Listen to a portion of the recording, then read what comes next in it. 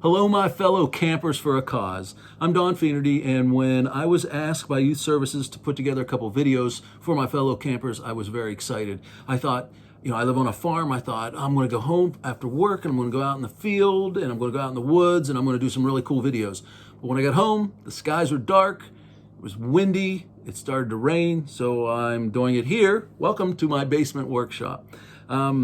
I'd like to start by telling you guys something about myself. I grew up in South Wheeling. I grew up in a family that dealt with mental illness and addiction, as so many did. And with most of my neighbors, I saw people who were dealing with physical abuse, emotional abuse, mental abuse. And I can say I've never had to deal with physical abuse, but abuse is abuse and it's tough to take. And it's very important that we feel good about ourselves and that we live in environments that are conducive to allowing us to feel good about ourselves. But I would like to point out that, recently we've all gone through this strange thing with this whole COVID deal, and the social distancing, the stay-at-home orders, has been very difficult. A lot of people are out of work right now, and there's a lot of uncertainty. But for the most part, I'm aware that we as a society are concerned that we may be uncomfortable. We're not so much concerned that we won't be able to survive. Some are, but most of us aren't. We're not concerned as a society that we won't be able to eat through the winter. Some are, but most of us, we know we're still going to eat. And that disturbs me because it wasn't too long ago that people in our very area worried about things like that. Am I going to be able to survive the winter? Am I going to be able to have shelter? For the most part, we all do. Now, I realize a lot of the people we're raising money for don't have the comforts that we have. And I want to be sensitive to that. But I also want to tell you that when it really comes down to it, we will survive. We're going to survive. My wife and I are very fortunate to have friends who grew up in different times than what we live in now.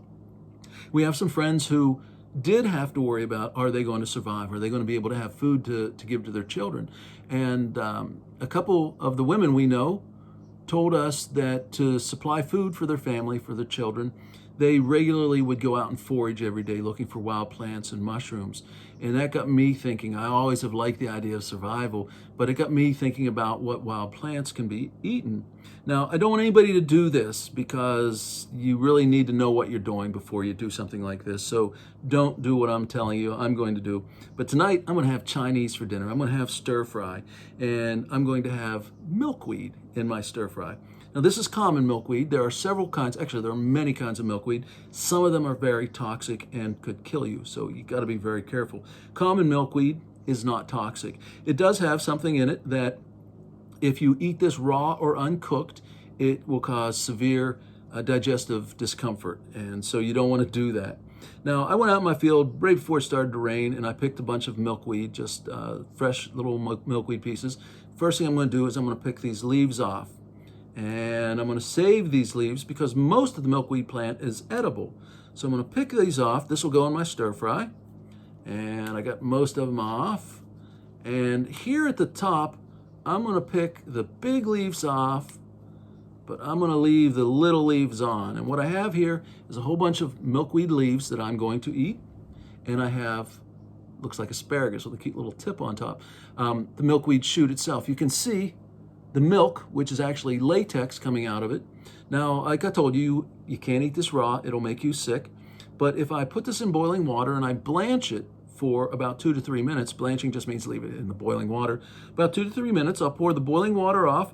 I will then pour cold water on it to stop it from cooking. And then I will chop these up, these leaves, and stir fry it with maybe some, I don't know, broccoli, onion, chicken. I'll cook these shoots up. I'll fry them whole. I'll lay that on top of my bed of rice. I'll put the other vegetables in these leaves on top, and I'll add some soy sauce, and it's just going to be incredible. Because what I'm saying here is, if you had to, you could survive off of food that you'll find in your own backyard, or on the riverbank, or in the woods somewhere. And do you want to have to live like that? No, of course we don't. But we will survive. We're all going to get through this. I'm glad we're raising money for a cause. I'm glad we're out there camping for a cause and support youth services.